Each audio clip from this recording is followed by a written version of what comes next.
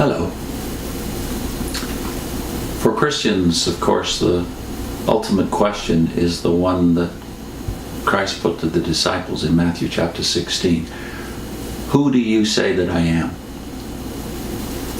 But for Jehovah's Witnesses, the ultimate question is one Christ put to his disciples on a different occasion. Who really is the faithful and discreet slave? Or some translations translate it, the faithful and wise servant, whom his master put in charge of all of the household slaves. For Christians, who do you say that I am, is a matter of salvation. One is saved if one knows who Jesus is. But for Jehovah's Witnesses, you are saved by dint of the fact that you're connected to the faithful and discreet slave organization, i.e. the Watchtower Bible and Tract Society. I came to the realization the hard way that the Watchtower Bible and Tract Society is not associated with the faithful and discreet slave. I came to the realization the hard way that in fact their leadership from the very beginning has been unfaithful and has proclaimed a message that is demonstrably false. And one of the proofs that it's a false message is that the books of its founders, i.e. C.T. Russell and Joseph Rutherford, are not reprinted today. The message that is in those books is not palatable, not to say true, even by Watchtower standards, let alone by Christian standards. But I also came to know, after learning those hard truths, that there is a body of persons out there who can be called faithful and discreet. A body of men typified by the man who wrote this book, George Adams Smith. George Adams Smith was, by the way, a contemporary of C.T. Russell, born in the same decade, the 1850s, and died, interestingly, in the same year as Joseph Rutherford, 1942.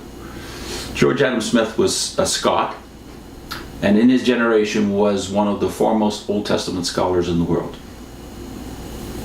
He was later knighted, so Sir George Adams Smith, by the time he died, knighted for his contributions to Bible scholarship and to archaeology. Some of his famous books, maybe his most famous book, is Historical Geography of the Holy Land. Still reprinted today, by the way, 100 years later. He also wrote these two volumes, Jerusalem from the Earliest Times to AD 70. Masterpiece of erudition on the history of Jerusalem through the ages. And he wrote perhaps his greatest book, 2-volume set on the book of Isaiah for the Expositor's Bible in the years 1888 through 1890. Very interestingly, the very same period where Charles Russell published his first 2 volumes of the set that later became his lasting contribution, the Studies in the Scriptures. Divine Plan of the Ages and The Time is at Hand, the first 2 volumes of that series, were published at the very same moment George Adams Smith was doing this. But by the way, these 2 books are still in print, and one of the most famous commentaries on Isaiah ever published. Let me read you a sample of George Adams Smith's erudition on the subject of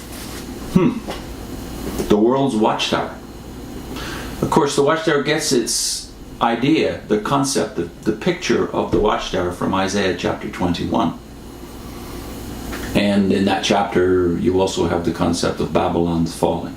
So you might say the germinal concepts of the Watchtower's theology, both negative and positive, are based upon portions of Isaiah. Babylon falling, the Watchtower, the watchman standing upon the Watchtower, watching the world to see what is transpiring around us. George Adams Smith comments on this fittingness of Jerusalem being called the world's watchtower here. He says, "How well fitted Jerusalem then was to be the world's watchtower, the traveler may see to this day. The city lies upon the great central ridge of Palestine at an elevation of 2,400 feet above the level of the sea. If you ascend the hill behind the city, you stand upon one of the great viewpoints of the earth. It's a forepost of Asia. To the east rise the red hills of Moab and the uplands of Gilead and Bashan, onto which wandering tribes of the Arabian deserts beyond still push their foremost camps. Just beyond the horizon lie the immemorial paths from northern Syria into Arabia. Within a few hours' walk along the same central ridge, and still within the territory of Judah, you may see the north over a wilderness of blue hills. You should see to the north over a wilderness of blue hills, Hermon's snowy crest. That's Mount Hermon. You know that Damascus is lying just beyond that, and that through it and around the base of Hermon swings one of the longest and of the old world's highways, the main caravan road from the Euphrates to the Nile. Stand and gaze just for a little while down that road. There sweep into your mind thoughts of the great empire whose troops and commerce it used to carry. Then, bearing these thoughts with you, follow the line of the road across the hills to the western coastline, and so out upon the great Egyptian desert, where you may wait till it has brought you imagination of the southern empire to which it travels. Then, lifting your eyes a little further, let them sweep back again from south to north, and you have the whole of the west, the new world, open to you, across the fringe of yellow haze that marks the sands of the Mediterranean. It's even now one of the most comprehensive prospects in the world. But in Isaiah's day, when the world was smaller, the high places of Judah either revealed or suggested the whole of it. So almost literally you could see what amounted to the whole known world from the highlands of Judah, where Jerusalem stood. Now, Isaiah was an aristocrat, apparently, living in Jerusalem during the years of his prophesying. And because of his access to the corridors of power, both in Judah and Jerusalem, and no doubt with agents and ambassadors from foreign lands, he was able to talk to a lot of strangers, to God's people. He seems to display a knowledge of their several countries and ways of life. For instance, in Isaiah chapter 18 and 19, where he talks about Egypt and Ethiopia with such minuteness and accuracy. So George Adam Smith marvels over his statesman-like qualities. Of course, his knowledge of both God and his people and of foreign lands makes him an ideal person to be prophesying about points of distant future, 2,000 years, in our case, 2,700 years away.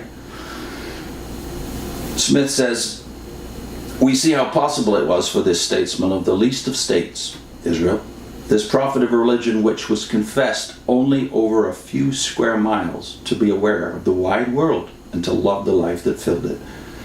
They are no mere geographical terms with which these prophecies are thickly studded. They look out upon and paint for us lands and cities surging with men, their trades, their castes, their religions, their besetting tempers and sins, their social structures and national policies, all quick and bending to the breeze and the shadow of the coming storm from the north." No slouch as a writer either, as well as a great scholar. What is this coming storm from the north he's talking about? Well, a couple of pages later, he talks about the state of the world in his own day. That is 2,700 years ago, approximately 720 BC. "The world seems wholly divided between force and fear. These oracles say," that is Isaiah's oracles say, "it's not true. Faith has her abiding citadel in the midst, a house of God with which neither force can harm nor fear enter." So he contrasts the life of faith with the life of fear. And indeed, when you look through the prophecies of Isaiah from chapter 1 to chapter 66, you realize this is the ongoing struggle of God's people. There are two mighty empires on either side of her. Egypt to the southwest, Assyria to the northeast. Which of these empires is going to rule the world? Well, at that point, it looked like Assyria was going to rule the world, so of course Israel sought alliances with Egypt. But this was not faith in operation, this was fear. Fear of course, force or power. Smith concludes his analysis this way: the Assyrian may seem to be growing in glory, but God is watching from the heavens till he be ripe for cutting down.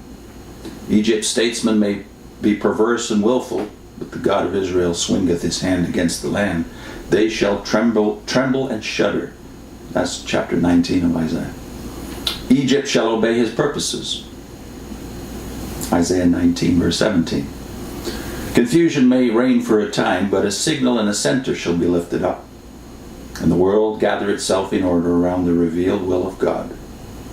One of the great prophecies of the Old Testament is that one day there will be a highway from Assyria to Egypt, and it will go, of course, straight through the Promised Land. Israel will be the center, but the other two nations will be also God's people. Smith concludes, when they made their claims, Judah was still tributary to or abject before some foreign power, a petty highland community that could not hope to stand by material means against the forces which had thrown down her more powerful neighbors.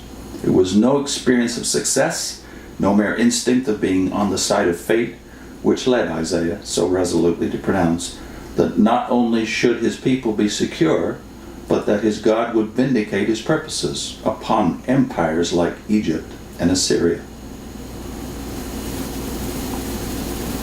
So whether you're a Jehovah's Witness living in fear of the Watchtower, or a Western Christian terrified of Islam, or a not particularly religious person poised somewhere between faith and fear and force, there's a message in Isaiah for all of us.